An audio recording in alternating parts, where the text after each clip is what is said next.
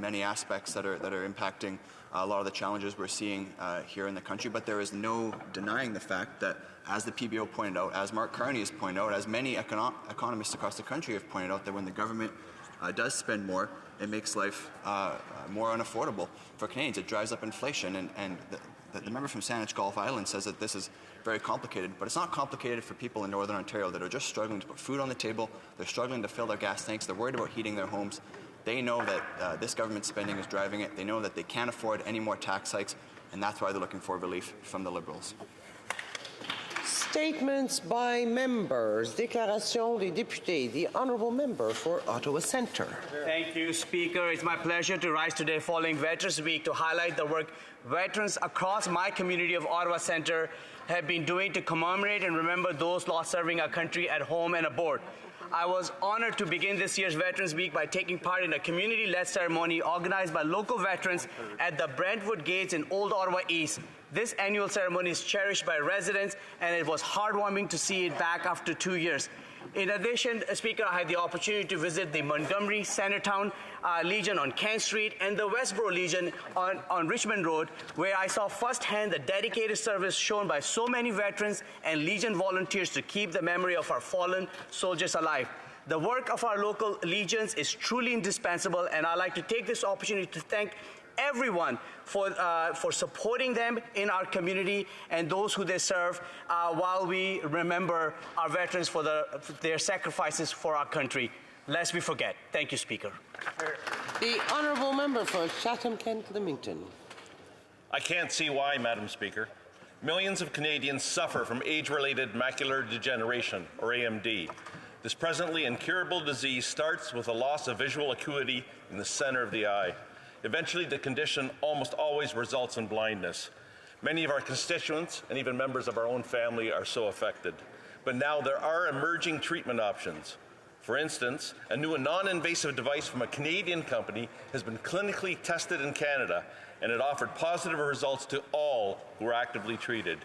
And it's less expensive than the present course of treatment, which only slows AMD's progression. And there are other innovations on the horizon as well. Unfortunately, Health Canada has been studying and delaying the approval of this life-changing treatment for almost 2 years. Madam Speaker, I'm not questioning the thoroughness or importance of Health Canada's work. However, I'm saying that procrastination and the delays are not acceptable when our loved ones are going blind. Madam Speaker, I can't see why. The honourable member for Windsor-Tecumseh. Madam Speaker, the relationship between Canada and Poland has never been stronger. Right. This week, under the auspices of the Ambassador of Poland, our Polish-Canadian community gathered to celebrate the 80th anniversary of diplomatic relations between our two countries. I was also proud to join the Canada-Poland Parliamentary Friendship Group in hosting the Polish Secretary of State and his delegation from Poland. We talked about our unwavering solidarity and defense of Ukraine, highlighted by Canada's most recent commitment to send 40 combat engineers to Poland to lead the training of Ukrainian soldiers. We also talked about the critical role Canada can play to help Poland become energy independent, transitioning away from coal to nuclear power through Canadian small modular nuclear reactors. Madam Speaker, Poland and Canada have been examples to the world of the power of solidarity. May that friendship continue to grow and prosper. Thank you. That's great. The honourable member for Nanaimo Ladysmith. Madam Speaker, today I stand to mark Transgender Day of Remembrance and call attention to the 375 trans and gender diverse people murdered last year and nearly 4,000 people killed over the past decade worldwide just for being themselves. These numbers are a glimpse of the harassment, discrimination, violence, and undocumented deaths of transgendered people happening worldwide. Despite this, I am profoundly moved by the strength of so many transgendered people. On this day, I'm thinking fondly of an amazing transgendered woman named Melanie. Melanie describes her experience to me before transitioning being full of struggles to get through each day in a body that was not her own. After transitioning later in life, Melanie is now happily remarried, living as her true self. Today, I call on members of this House to unite in showing transgendered people with action that they are not alone and deserve safety, dignity, and respect. L'honorable député de Longueuil-Charlemagne. Madam Speaker, last Sunday I had the honor of doing the official kickoff at the Quebec Major Junior Football League Championship game between the South Shore Junior Packers and the Ottawa Junior Riders in my hometown of Greenfield Park.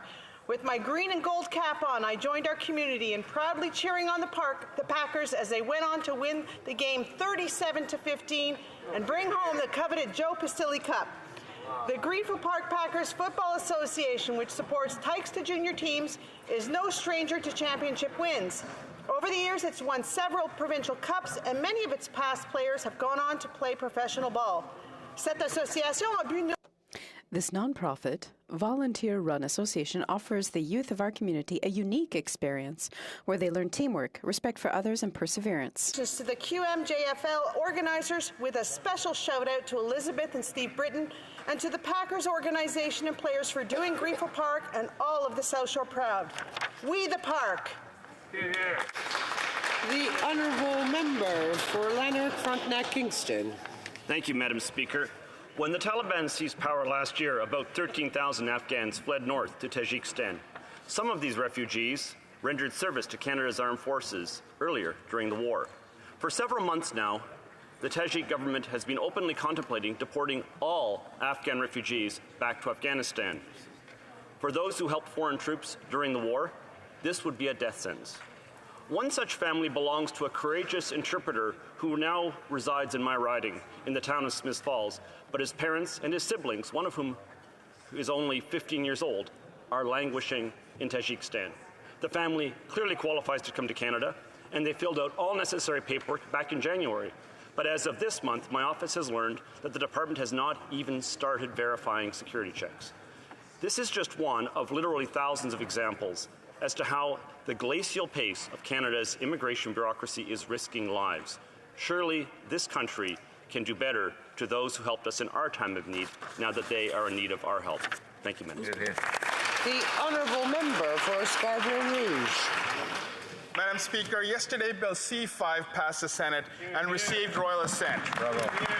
For the first time in modern history, we repealed mandatory minimum penalties and empowered judges to impose sentence that fits the crime committed.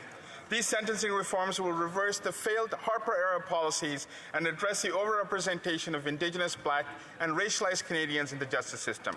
In keeping with our government's public health approach to simple drug possession, C-5 allows for greater use of early diversion programs. This is essential in the context of the overdose crisis, which is devastating communities across Canada. I'm grateful for the support of all parliamentarians in both chambers for their assistance to advance this bill expeditiously so that Canadians can see the important results of its passage. With Bill C-5, we kept our promise to Canadians. We believe in a justice system that is tough when it needs to be tough, but is always fair. The honourable member for Pierrefonds-Dollard.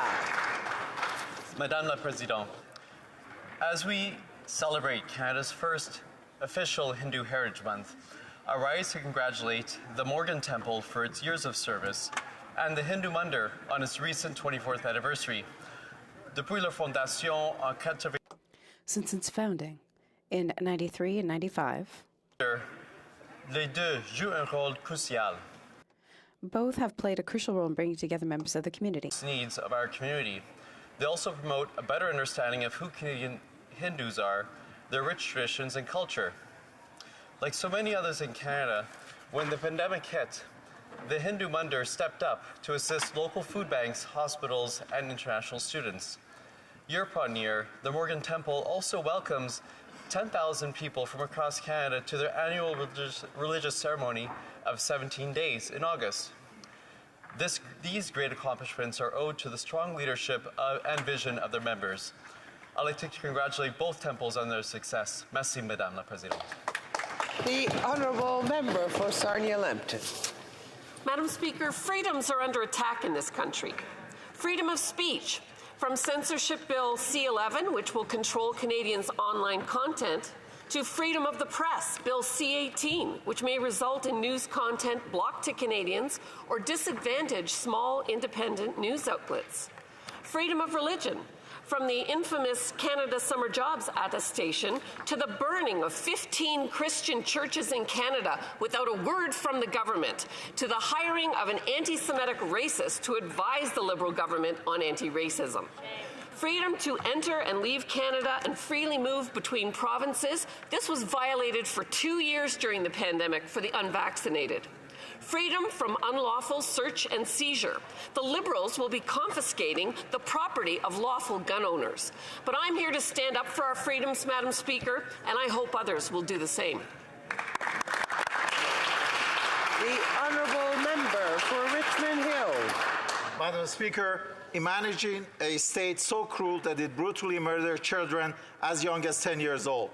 Imagine a regime so barbaric that it attacks citizens for demanding basic human rights, and a place where the country's cruel forces treat the people as their targets and enemies.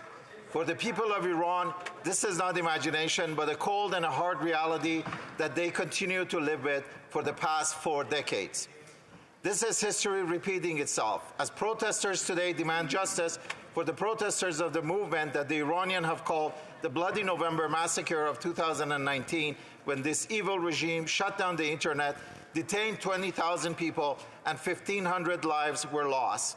As tomorrow marks the Global Action Day for Iran, I, along with our government, commit to continuing to stand with the Iranian people in spirit, in voice, and in action. Canada is taking concrete steps to designate the regime and its most senior officials, including the RGC, as a regime that engages in terrorism. Canada will not be a safe haven for any terrorist. Thank you, Madam Speaker. L'honorable député de Beauce. Madame la Présidente, deux jeunes... Madam Speaker, 2 young mothers and farmers from the Beauce region wrote to the Ministers of Finance and Agriculture to tell them that they are fed up with the NDP Liberal inflationary policies pushing too many families to food banks. Does this expensive coalition realize that what's important to a young family is food and heat? With policies like the carbon tax and the fertilizer tariff imposed on our farmers, this government is driving up the cost of everything. Liberals imposed a 35% tariff on Russian fertilizer, which affects our farmers. We're the only G7 country to have chosen such an inefficient policy. What is the government doing with the $34.1 million already collected from our farm families? We all know that the carbon tax makes everything more expensive, whether it's on the farm, in processing plants, or during transportation. The Conservative Party understands real life. Canadians work hard, and we want them to be able to bring more money home to their families. That's why we will fight these inflationary policies until we are in power soon. Thank you, Madam Speaker. The honourable member for Coast Bay Central Notre Dame. Bon. Madam Speaker, I've heard the Deputy Prime Minister say numerous times that their economic plan is the compassionate plan. Well, I beg to differ. Is it compassionate to triple the tax on gas? No. No. Is it compassionate to triple the tax on groceries? No. Is it compassionate to triple the tax on home heating? No. According to Statistics Canada, and I quote, Atlantic Canadians pay more for fuel oil and other fuels than Canadians living in other provinces on a year-over-year basis, with prices rising at the fastest pace in Newfoundland and Labrador at 77.3%. Prices also increased in Nova Scotia at 67.8%, PEI 54.9%, and New Brunswick at 51%. End of quote. And yet, this NDP Liberal coalition is set to raise the carbon tax. Shame. Madam Speaker, the Conservative Party is the only party that truly cares and... Honourable member, l'honorable député d'Argentin, la petite nation. Merci, Madame la Présidente. Thank you, Madam Speaker. I would like to highlight that November is Diabetes Awareness Month.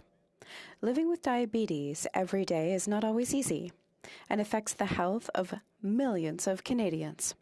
I want to thank doctors, nurses, nurse practitioners, and pharmacists for their support. People who live with this illness, including myself, Jana, my daughter who has type 1, also thanks our researchers who are working in this field. A special thank you to a team of Canadian researchers from the University of Toronto who are making it possible for millions of Canadians to live today. In 1921, Frederick Grant Banting, John James Richard McLeod, Charles Herbert Best, and James Bertram Collip discovered insulin, which revolutionized the treatment of diabetes. We've made great strides, and much remains to be done. On behalf of all diabetics, I want to say thank you to researchers and good luck for the future. Elmwood Transcona. Thank you, Madam Speaker. With a potential recession in the offing, Canadian workers are exposed to the risk of job loss, but we don't have an adequate employment insurance system to ensure that they can pay the bills while they look for work. We should have a system that has a higher income replacement rate. We should have a low universal qualifying hours threshold for employment insurance, and we should have a minimum benefit. But the Liberals chose to do away with those things in September, and they have yet to present their plan for a new EI system. We also know that they're planning to assign $25 billion worth of CERB debt to the EI account, putting undue pressure on EI premium payers, whether they're workers or small business owners, to carry CERB debt that properly belongs on the general ledger. These are things that the government has to deal with as a matter of priority, and we are calling on the government to present its plan to Parliament now so that we're not having to deal with the new legislation during a crisis. Thank you, Madam Speaker. L'honorable député d'Abitibi, Abbey James Navekiyou. Madame la Présidente, Madam Speaker, this Sunday, November 20th, is World Children's Day. The purpose of this day is to raise international awareness of children's issues and remind us of our duty to improve the well-being of children around the world. In 1991, at the UN, Canada committed to ensuring that all children are treated with dignity and respect and that they are given every opportunity to reach their full potential. Why, then, is Canada not in full compliance with the Convention?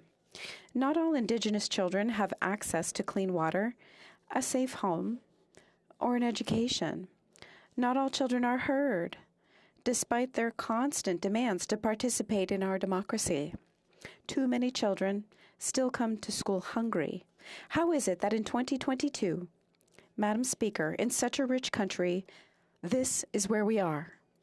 It is important that we all work together to put policies in place and ensure that children's rights are respected. Thank you. For Sturgeon River Parkland.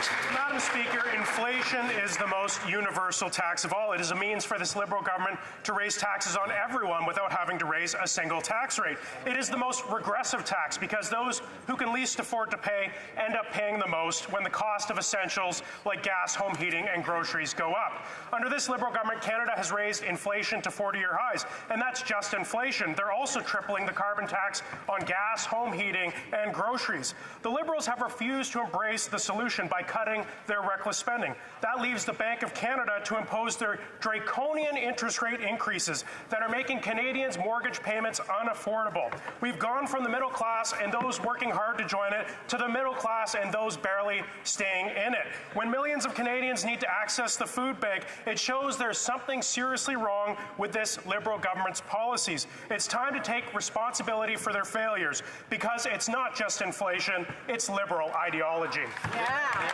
The honourable member for Winnipeg South. Madam Speaker, I am honoured to congratulate my friend and fellow Manitoban, Anita Neville, on her appointment as the 26th Lieutenant Governor of Manitoba. Always a trailblazer, Anita is the third woman and first Jewish person to hold this distinguished position.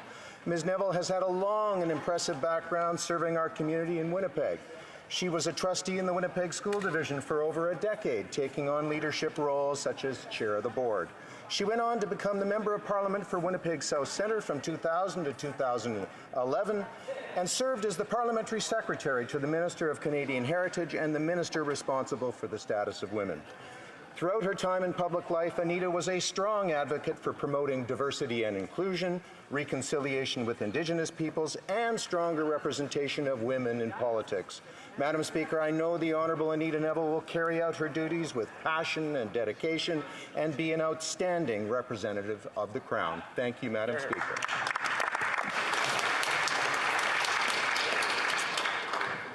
Oral questions, questions orales. The honourable member for Thornhill. 6 out of 10 Canadian families heat their homes with natural gas, which Canada is refusing to develop. Thousands of dollars more spent on home heating bills for Canadian families this winter, and billions in the hands of warmongers. And to top it all off, they plan on tripling the carbon tax while failing to hit a single emissions target. Instead of hitting Canadians with their punishing tax plan, why not develop clean Canadian energy and give Canadians an environmental plan that actually works? The Honourable Deputy Prime Minister. Madam Speaker, today is Friday, and so I want to start with some very good news for hardworking Canadian families. Yesterday night, Bill C-31 received royal. That is good news because it means Canadians struggling to pay their rent will soon be getting checks for $500. That is real help. It also means that Canadian kids under 12 will be able to go to the dentist. Honourable Member for Thornhill.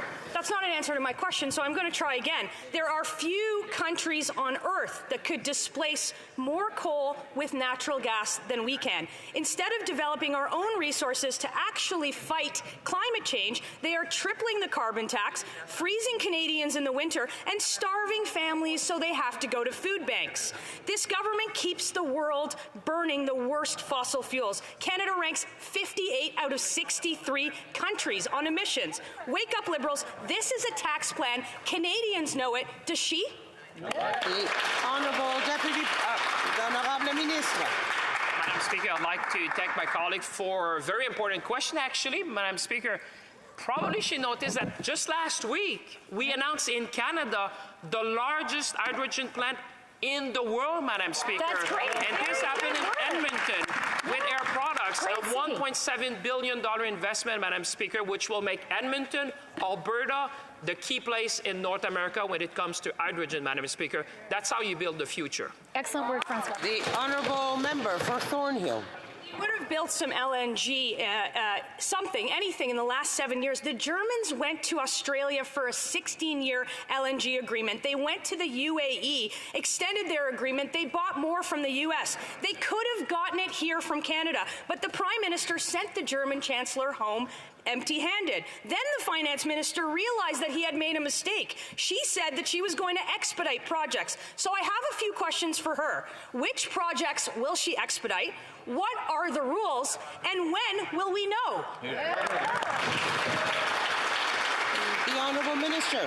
Madam Speaker, I'd like to again remind my colleague what we did when the German Chancellor was in Canada. Not only we talked about hydrogen, which Canadians have seen on the East Coast and across Canada, but we also signed two important things, Madam Speaker. We signed an MOU with Volkswagen and Mercedes-Benz, Madam Speaker, to look at the future and how we can work closer together with our German friends when it comes to industry. And Madam Speaker, in about 2 weeks, I'll be at the board of both Volkswagen and Mercedes-Benz to make the case for Canada. We should all work together to make the case for Canada. Thank you. Excellent work. L'Honourable Député de Mégantic. The Honourable Member for Mégantic-L'Érable. Thank you, Madam Speaker. In Quebec, more and more people are skipping a meal or barely eating at all because they can't afford increasingly expensive food. Quebec's Public Health Institute revealed this week that the number of people suffering from moderate to severe food insecurity rose from 8 to 15% from 2020 to 2022. Why do the Liberals want to raise taxes when people can't even get enough to eat? The Honourable Deputy Prime Minister. Thank you for the question. Madam Speaker, I am fully aware of the struggles of many Canadians with the high cost of living today. And that's why I am so happy today to be able to share some good news. And that is that last night, Bill C-31 got royal assent. That will have specific and major consequences for Canadians, for the less advantaged. The Honourable Member for Mégantic-L'Érable. Madam Speaker, I'm talking about pregnant mothers who are finding it increasingly hard to get essential food for their pregnancies. The OLO Foundation reported a 32% increase in demand for eggs, 20% for milk, and 27% for vegetables. 1/3 of the 671,000 people using food banks are kids. 1 in 2 food insecure people have employment income, and the Liberals, in spite of this, they want to dig even deeper into Canadians' pockets. What's it going to take for the Liberals to realize what's going on and that it's time to stop raising taxes? The Honourable Deputy Prime Minister. Madam Speaker, we understand that Canadian families, Canadian mothers, are having difficulties today. And that's why we decided to send $500 to vulnerable families having trouble paying their rent. And that's why we decided to pay for dental care for all Canadian kids. The only thing I don't understand, Madam Speaker, is why the Conservatives voted against those things. They're so important to Canadians today. The Honourable Member for Joliette. Madam Speaker, the federal government is threatening to deprive our cities of $2.7 billion for infrastructure. They're moving up the deadline for Quebec to submit projects from 2025 to next March. Otherwise, they will pocket the money. The Liberals have changed the date unilateral, and then they have the nerve to accuse Quebec of leaving federal money on the table. 1, it's not their money, it's Quebecers' money. And 2, they're not dragging their feet. They're the ones who changed the date and then are blustery. Why not respect the date and cooperate instead of threatening important projects for our cities? Thank you, Madam Speaker. You know, one of the things that needs to be recognized is never before in the history of Canada have we seen a government that has invested so much in infrastructure from every region of our country, Madam Speaker. We want to continue to work with the different stakeholders, our provinces, municipalities, in order to get shovels in the ground. In regards to the very specifics, I'll be sure to ensure that the Minister is, I'm sure, very much aware of the situation. The Honourable Member for Joliette. Well, then they should come back to the original date. The federal government obviously doesn't understand what moving up the date by 2 years means.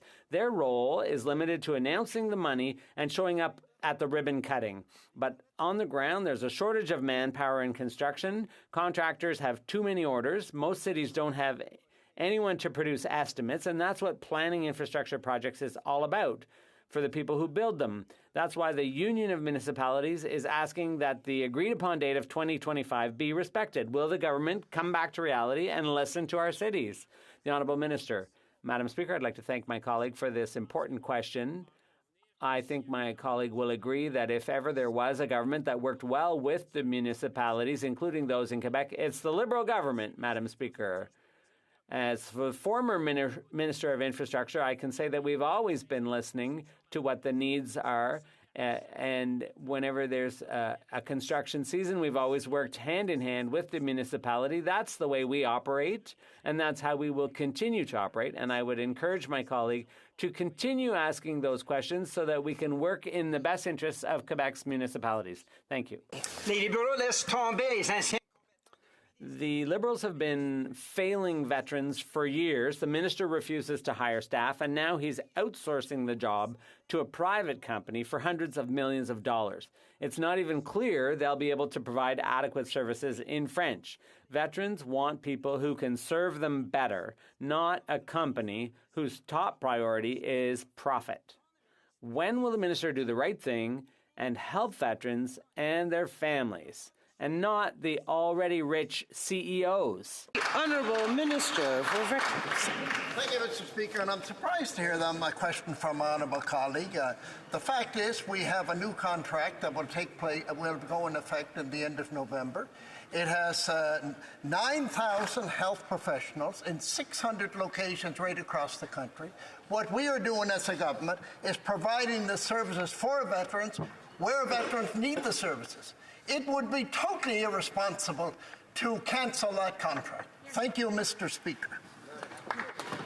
The honourable member for New Westminster Burnaby. Our nation's veterans deserve respect, and that answer was anything but, Madam Speaker. Suspension of services are happening now. There's no transition plan, and they're outsourcing contracts to a company owned by none other than Loblaws. This boondoggle will cost 25% more than just adequately funding the department. Liberals want to spend more money for fewer services. Why is the minister putting Loblaws profits ahead of veterans and their families, and will he halt moving forward on this badly botched plan?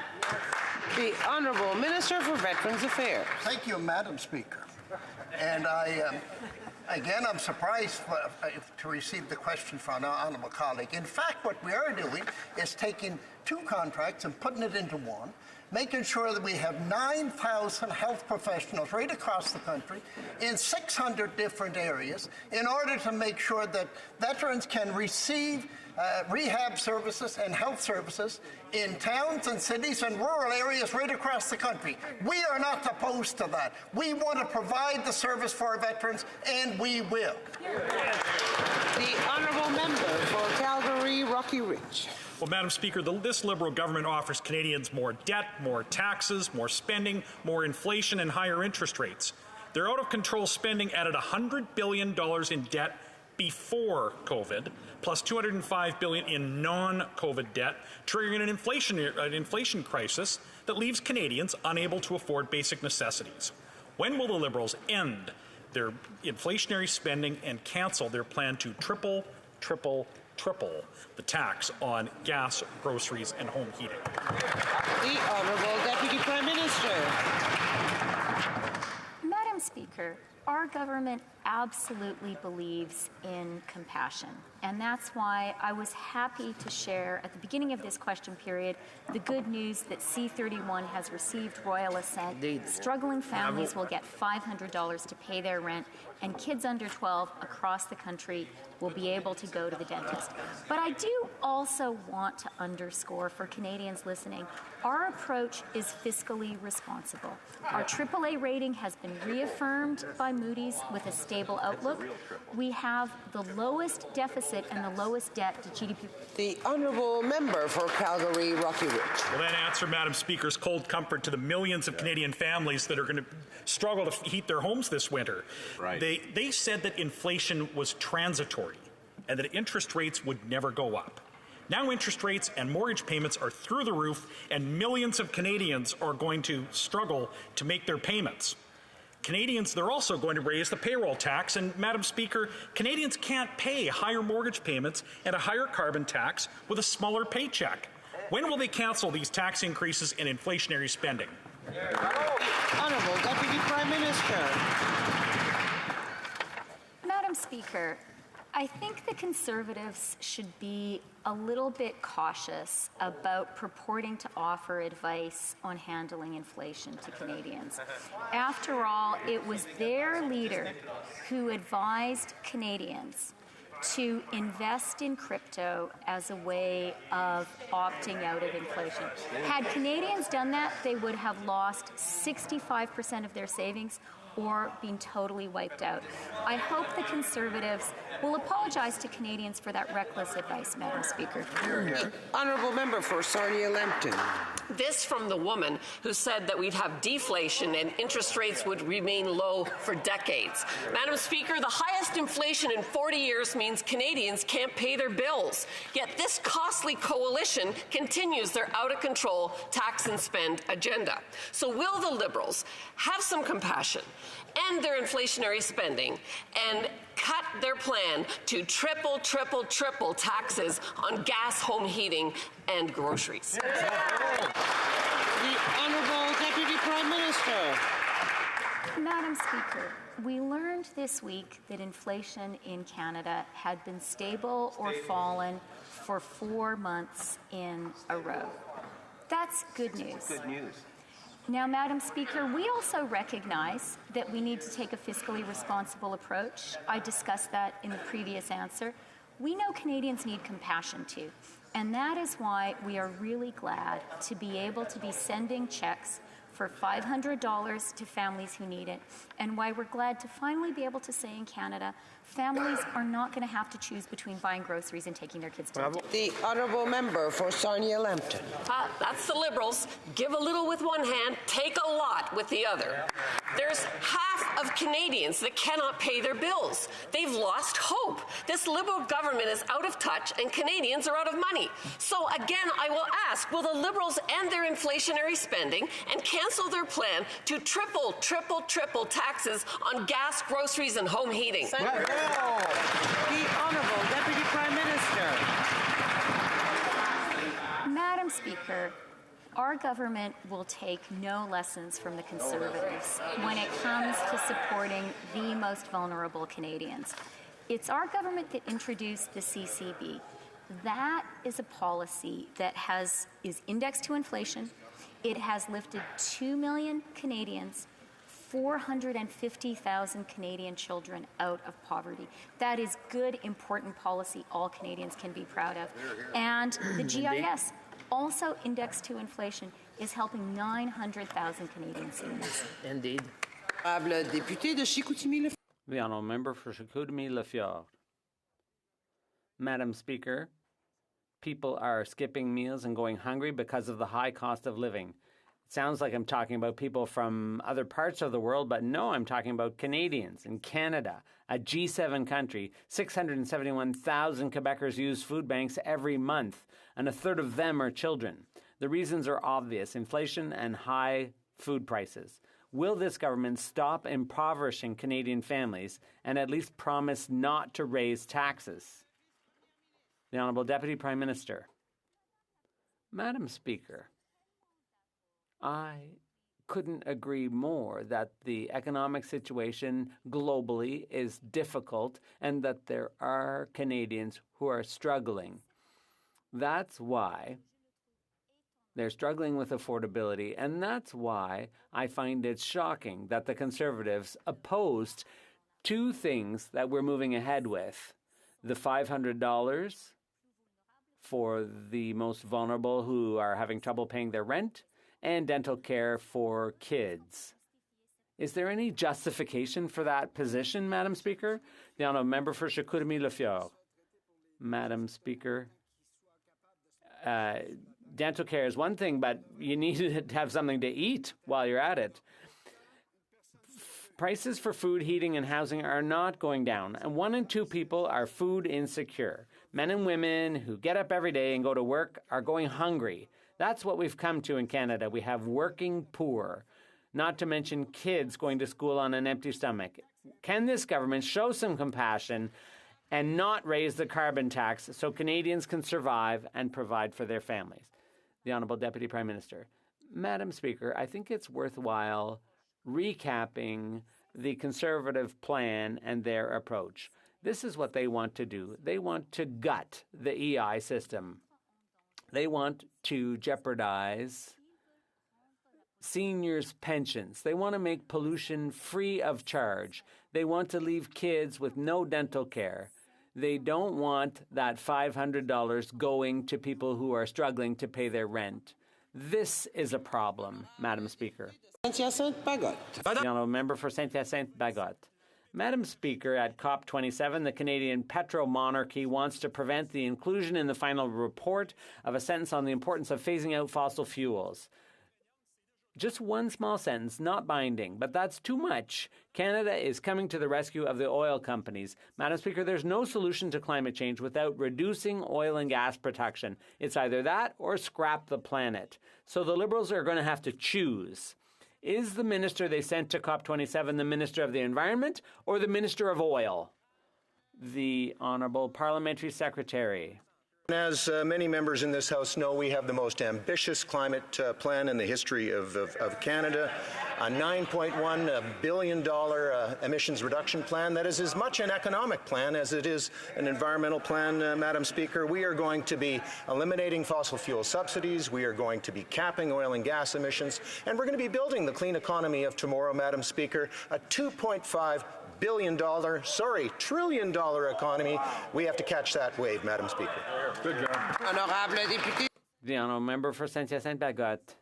Madam Speaker, the only thing more infuriating than Canada's actions at COP27 is their excuses.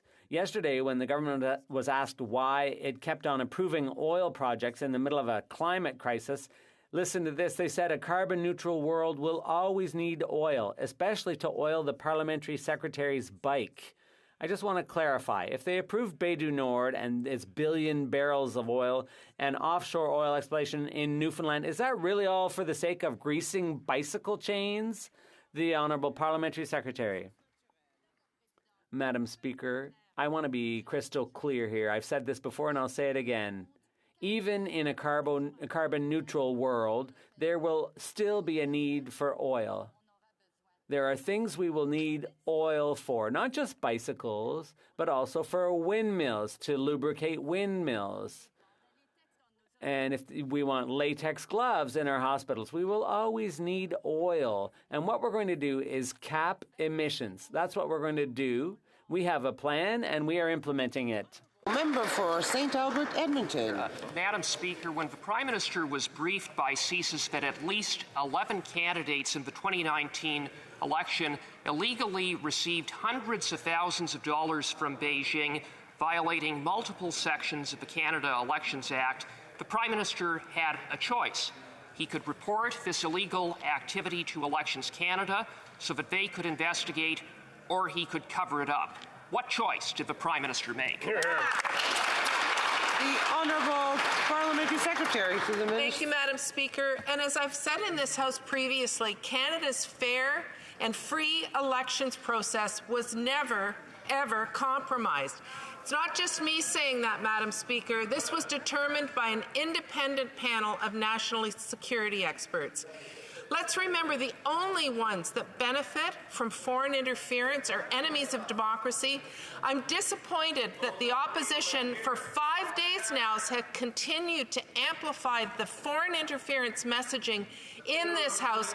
We should be standing together to stand up to this attack on our democracy, Madam Speaker. The Honourable Member for St. Albert, Edmonton. Madam Speaker, after that non-answer for the third time to my straightforward question, the only conclusion that can be reasonably drawn is that the Prime Minister made no report to Elections Canada. The Prime Minister professes to be concerned about Beijing's interference in our elections, but when he had an opportunity to do something about it, to report the illegal activity to Elections Canada, he instead chose to cover it up. Why? What is the Prime Minister hiding? The Honourable Parliamentary Secretary to the Minister of Public Safety. Madam Speaker, foreign interference is a threat to the fabric of our democracy.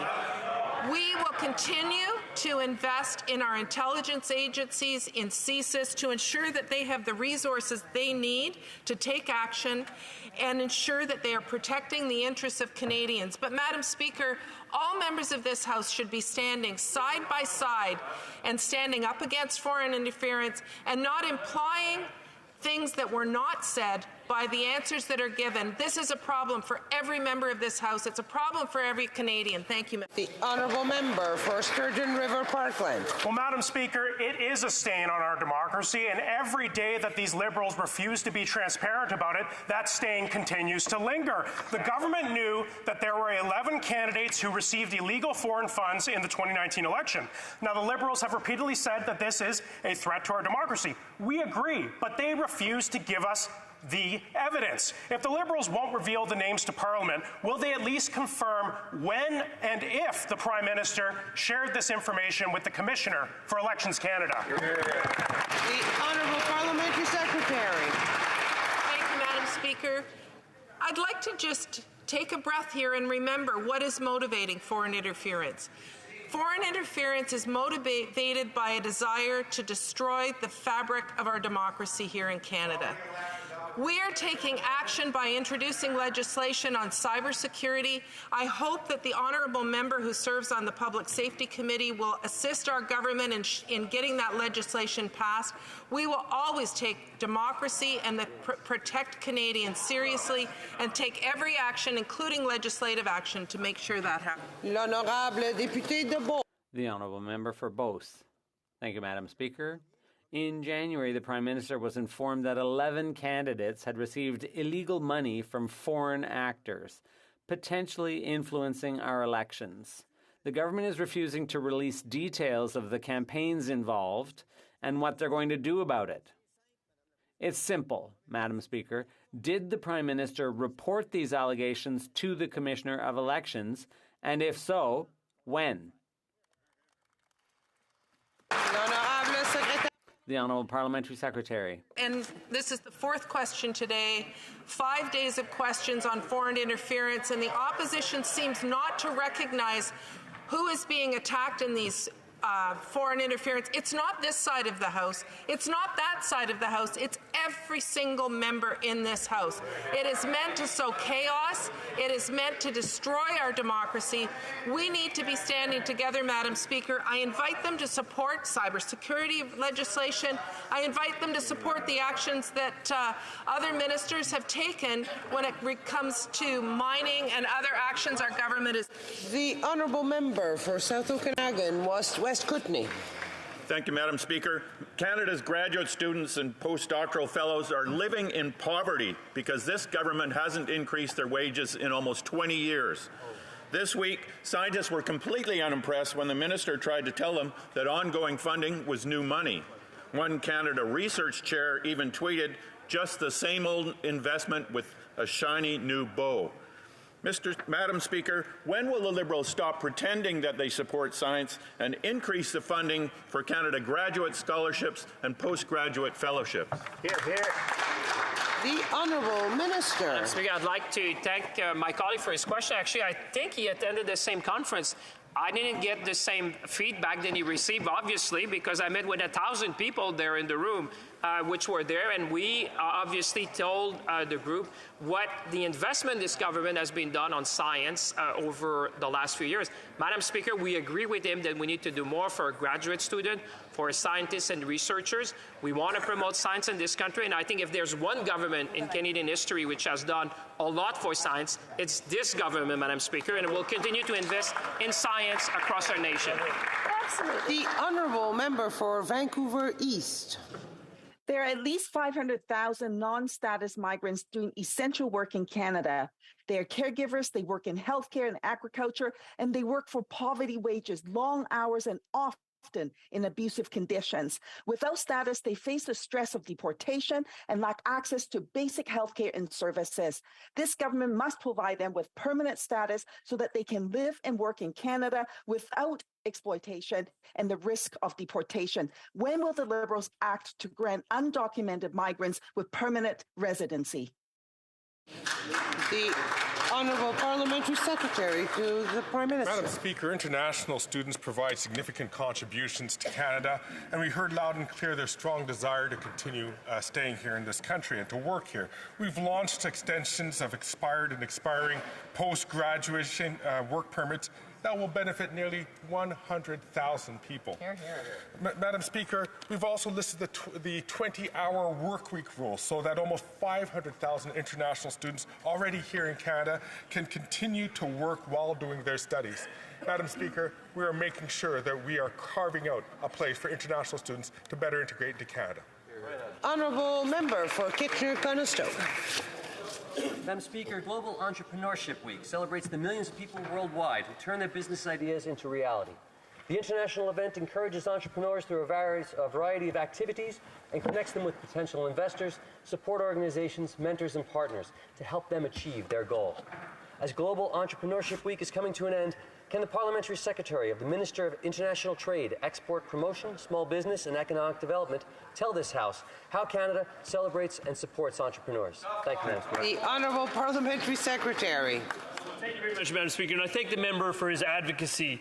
This week, we celebrate Canadian entrepreneurs from across the country who are driving economic growth and creating good-paying jobs. We will continue to support entrepreneurs through the $4 billion Canada Digital Adoption Program, the $6 billion Women's Entrepreneurship Strategy, the Black Entrepreneurship Program that is breaking down barriers and supporting Black entrepreneurs to succeed. We are home to some of the brightest entrepreneurs in the world, in Kitchener-Conestoga and around the country, and we are committed to growing these entrepreneurs and their innovations. Merci. The honourable member for Halliburton, Kawartha Lakes, Brock.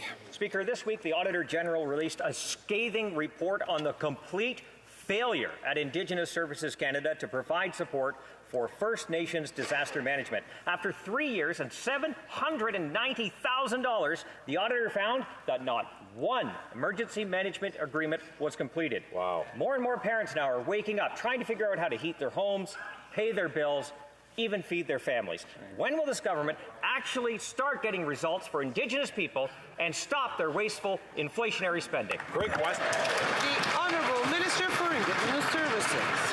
Mr. Speaker, first of all, the extraordinary expense of responding to climate change crisis is growing. And in fact, the Auditor General's report noted that while Indigenous Services Canada is doing a great job helping emergency management of those crises, that we need to invest more in protection and in adaptation. And Mr. Speaker, it's really exciting to hear a member from the opposite talk about climate change and talk about the need to invest in adaptation, to reduce the emissions, to protect our climate, because in fact, all of us are suffering with an extraordinary expense responding to climate crises. We'll continue, Mr. Speaker. Honourable member for Halliburton, Kawartha Lakes, Brock.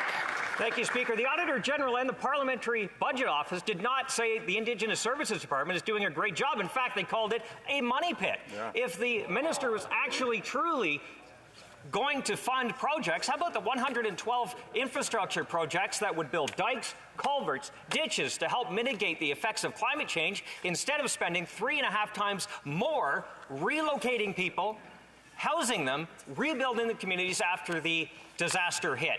Mitigate this. When will the government start getting results for Indigenous people and stop wasting money? Great question. The Honourable Minister. Madam Speaker, I don't consider it a waste of money to help a community that's under threat from flood or fire or from torrential winds. I don't consider that a waste of money at all, Madam Speaker. What I am hearing the member opposite call for is an increased investment in making our communities resilient from the effects of climate change. I'm really pleased to hear this question, Madam Speaker, because it's an indication that the opposition understands that communities are under intense threat from the kinds of incredible climate activity that we're seeing. We'll continue, Mr. Speaker, to work with communities to make those important investments. The honourable member for Kenora. Madam Speaker, fuel costs are up nearly 56% from last year. For those in Northern Ontario, that means they're struggling to afford to fill their gas tanks. It means that rising grocery bills are having many people cut back on their diets. And the rising cost of home heating has many, many people concerned about the upcoming winter months and how they're going to pay to even heat their homes. Madam Speaker, this is a crisis that this government's making, so when will the Liberals finally show some compassion, stop their inflationary spending, and cancel their plan to triple the taxes on gas? The Honourable Deputy Prime Minister. Madam Speaker, we absolutely recognize that times are really challenging for a lot of Canadian families, and we do believe that a compassionate approach is the right one. That's why I was really glad to be able to share with this House today the good news that Bill C-31 received royal assent. That means checks for $500 are going to go to nearly 2 million Canadian families to help them pay the rent. It means that no family ever again in Canada with a kid under 12 is going to have to choose between. L'honorable député. The Honourable Member for Bellechasse, Les Etchemins-Lévis. Good morning, Madam Speaker. Madam Speaker, Liberal inflation has troubling effects on vulnerable pregnant women who are experiencing food insecurity. According to OLO, an organization which gives food to these pregnant women, these expecting mothers, they prefer to go hungry to feed their other children, Madam Speaker. Why? Well, because food has become unaffordable. They have to make the difficult choice between the children at their table and their unborn children. So will this government commit to helping these mothers by cancelling its tax hikes, Madam Speaker? The Honourable Deputy Prime Minister. Madam Speaker, our government understands how important mothers are and how important families are. That's why, since 2015, since we took office, we have concentrated on helping mothers and families by helping them with what's most necessary. Thanks to the Canada Child Benefit, in fact, 450,000 children have been helped. The Honourable Member for Lac-Saint-Jean. Madam Speaker, the World Cup of Soccer starts on Sunday in Qatar. Qatar is a dictatorship that flouts human rights. The players have the right to compete, but Canada should not be diplomatically involved in rebranding Qatar at the cost of thousands of workers' lives. With just 2 days to go until the World Cup, the government is still unable to decide whether to send a delegation or not. It says it will decide in due course. Well, in due course would be now. It's in 2 days, and the place to make this decision is here in the House. Will the government send a diplomatic corps to Qatar? Yes or no? The Honourable Parliamentary Secretary to the Minister of Foreign Affairs. Madam Speaker, we are very proud of the Canada national soccer team qualifying for the 2022 FIFA World Cup, which has many members from our community in Brampton. We are also very concerned about reports of dangerous working conditions in building the World Cup stadiums and infrastructure, especially those resulting in death. We join international partners in calling for transparency and robust measures to protect the health, safety, dignity, and human rights of all workers to ensure the tournament is a success. Thank you, Madam Speaker. The Honourable Member for Lac-Saint-Jean. That was not an answer. There was no answer. The government has known for 12 years that the World Cup would be held in Qatar. 12 years, and now it's in 2 days. Madam Speaker, the Bloc Québécois sincerely hopes that the government is not going to leave its values in the change room locker in the name of and in the exercise of diplomacy. Qatar is imprisoning LGBTQ+ people. Qatar tramples on women's rights.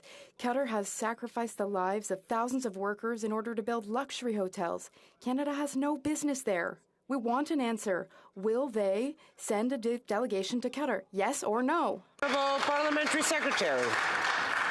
Madam Speaker, as I said, we join international partners in calling for transparency and robust measures to protect the health, safety, dignity, and the human rights of all workers to ensure the tournament is a success.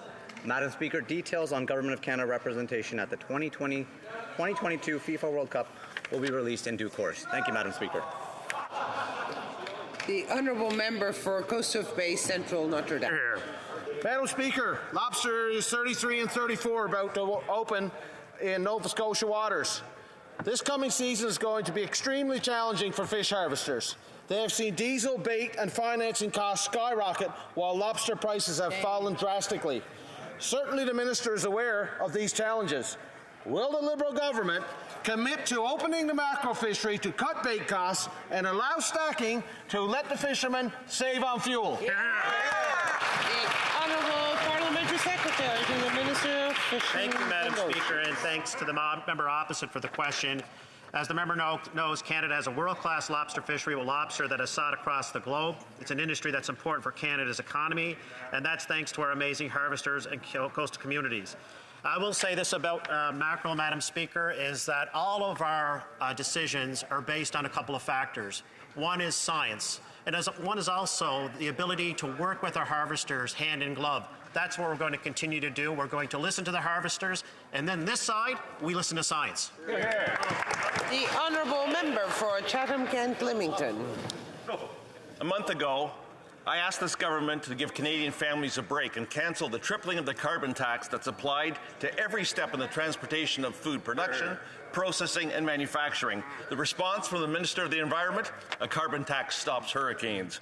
The reality is that the storms that we now face, there are many things that are outside our control, but one option that we do have control over is crippling taxation.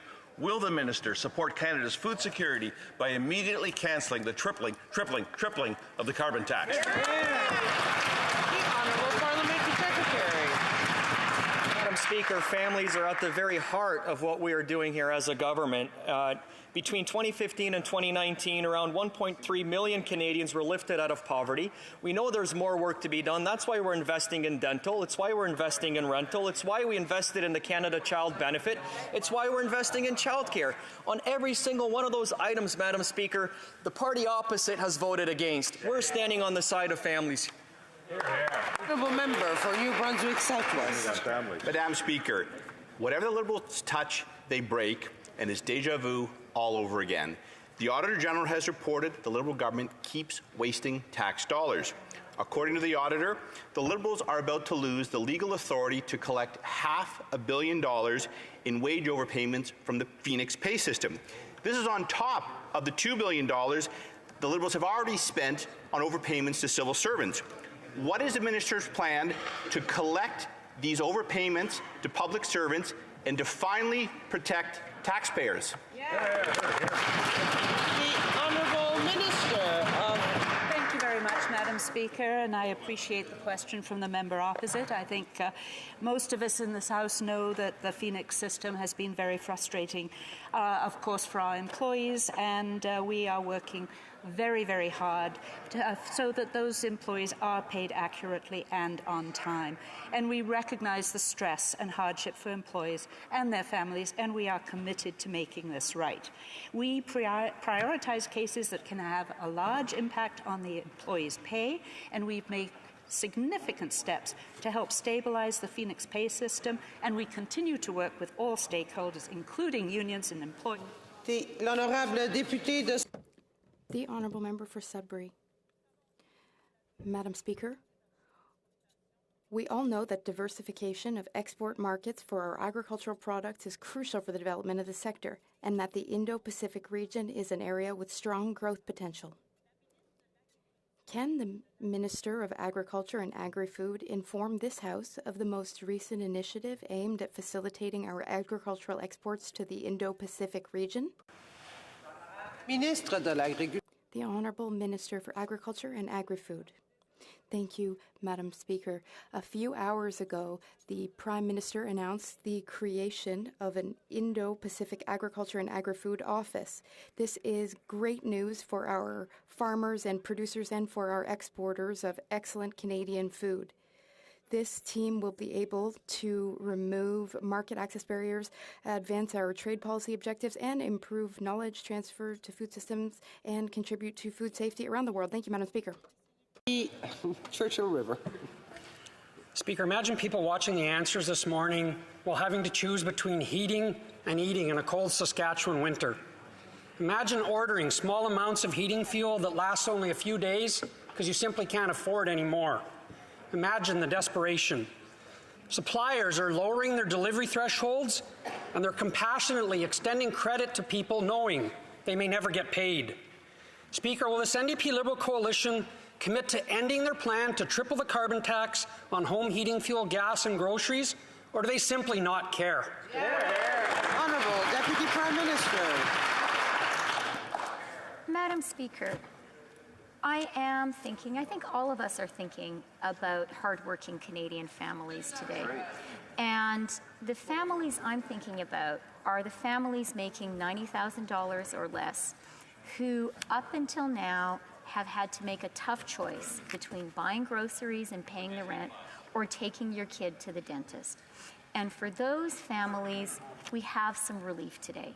Because what we're saying is you can take your kid under 12 to the dentist and you will get $650 to do it. The Honourable Member for Regina West Canada. Madam Speaker, according to Regina Food Bank CEO John Bailey, food bank use in Saskatchewan is up 37% this year. Shame. More and more fully employed working families are turning to food banks just to make ends meet. And with winter on the way and home heating costs set to rise, the problem will only get worse. Madam Speaker, will the Liberals end their inflationary spending and cancel their plan to triple taxes on groceries, gas, and home heating? The Honourable Deputy Prime Minister. Madam Speaker, we absolutely agree that hardworking Canadian families need some support now. And that is why I am just astonished that the Conservatives opposed dental care for kids under 12. I am astonished that they opposed sending $500 to 2 million Canadian families struggling to pay their rent. But they do have a chance to do the right thing. Hardworking Canadian families do need help, and that's why we're enhancing the Canada Worker Benefit, $2,400 to a working family. I hope that... The Honourable Member for Yellowhead. Madam Speaker, this government continues to blame everyone else but themselves for the affordability crisis plaguing Canadians across the country.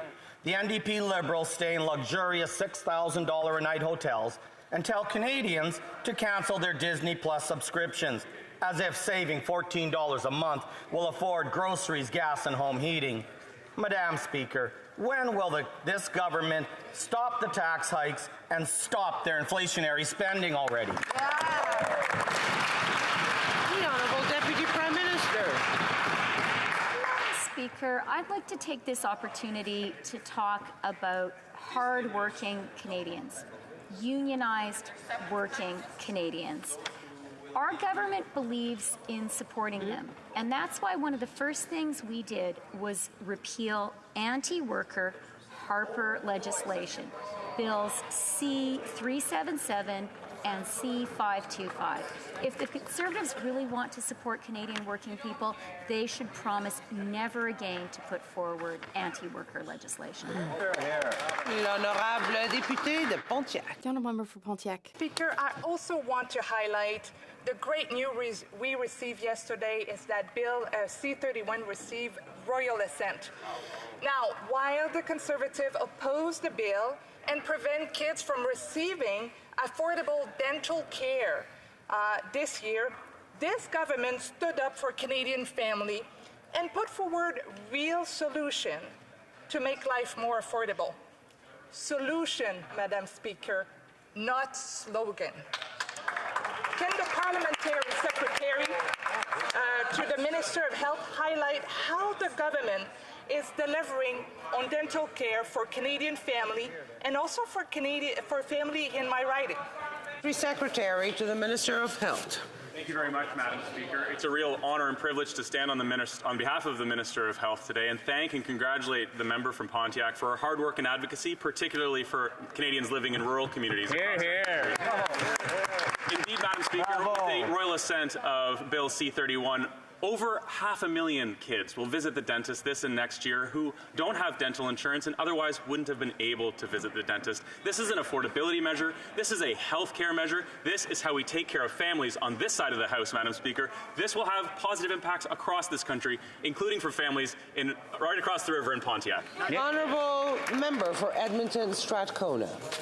Madam Speaker, over the past few weeks, the Liberal government has met several times with their Indian counterparts, but we've seen no statements from the government calling out the ongoing persecution of minorities in India, including Sikhs, Muslims, women, and other minority groups. The Indian government must respect the human rights of all Indian citizens, and Canada must call them out when those rights are denied. At a time when the Indo-Pacific region is becoming more important than ever, why is Canada remaining silent on the horrendous human rights abuses taking place in India? The Honourable Parliamentary Secretary to the Minister of Foreign Affairs. Canada attaches great importance to the protection and promotion of human rights globally, including in India. Canada and India share many values, including a commitment to democracy and strong people-to-people ties. This provides a basis for frank and respectful dialogue on issues including human rights, which I have raised with which the Minister of Foreign Affairs has raised with their foreign counterpart. Thank you. The Honourable Member for Saanich Gulf Islands. Thank you, Madam Speaker. This Sunday is World Children's Day. It's observed internationally. My constituent, Rafi, who many of you will know, is an advocate for children's rights and that Canada should be a child-honouring society. Yet the United Nations Committee on the Rights of the Child has repeatedly asked Canada to live up to the Convention on the Rights of the Child by putting in place an advocate at the national level or an ombudsman at the national level to advocate for children, their well-being and their rights. Can the government update us if there's been any progress in moving towards the creation of a national point person to advocate for our children? The Honourable Parliamentary Secretary. Madam Speaker, I thank the member opposite for her question and tireless advocacy on behalf of children from coast to coast to coast. We are committed to protecting children's rights and providing the support they need to live up to their full potential. To support children, we introduced the Canada Child Benefit, which has lifted over 435 children out of poverty. We are building a nationwide system of high-quality, affordable, flexible, and inclusive childcare. And we are consulting with Canadians on a national school school food policy to help ensure children are well nourished. And we are providing up to $1,300 over 2 years through a Canada Dental benefit for children under 12. We will keep listening to children as well as child and youth advocates, and we will continue to explore more options to incorporate a children's right lens into our policy making. And that is all the time for oral questions. Je vois que l'honorable député de Richmond-Tabasca, sa main levée. Est-ce que l'honorable député... Does the honourable member have a point of order? Bon. Very well. Who has a point of order? The Honourable Parliamentary Secretary on a point of order. Thank you, Madam Speaker. During question period, I witnessed a non-member of Parliament come to the window door across from me, wave to somebody in this House, and start taking photographs with a camera. I think it's just an opportunity to mention to all members of the House, when you have your staff in the House or visitors, just to remind them of what the rules are in this House and that those kinds of things are not allowed. Thank you. I appreciate the honourable member's reminder, and absolutely we do know that cameras are not allowed, picture taking is not allowed in the chamber, and I would like everybody to remind their staffers of said rule. The Honourable Parliamentary Secretary on a point of order. Yes, Madam Speaker, just to add to it, it is well established when the mace is actually on the table that pictures within the chamber are not permitted. So if there was pictures being taken from a caucus room, that should be also looked into. And should be destroyed, actually. Those pictures should be destroyed, certainly. Okay.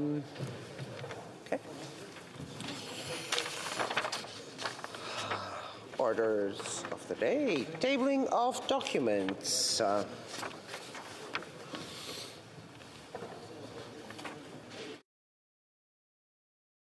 Parliamentary Secretary to the Government House Leader.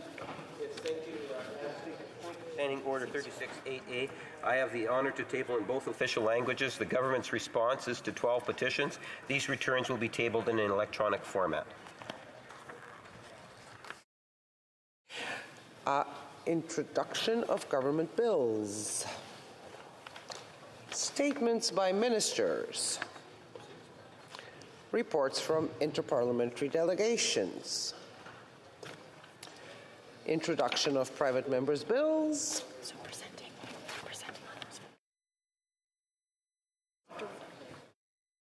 Présentation.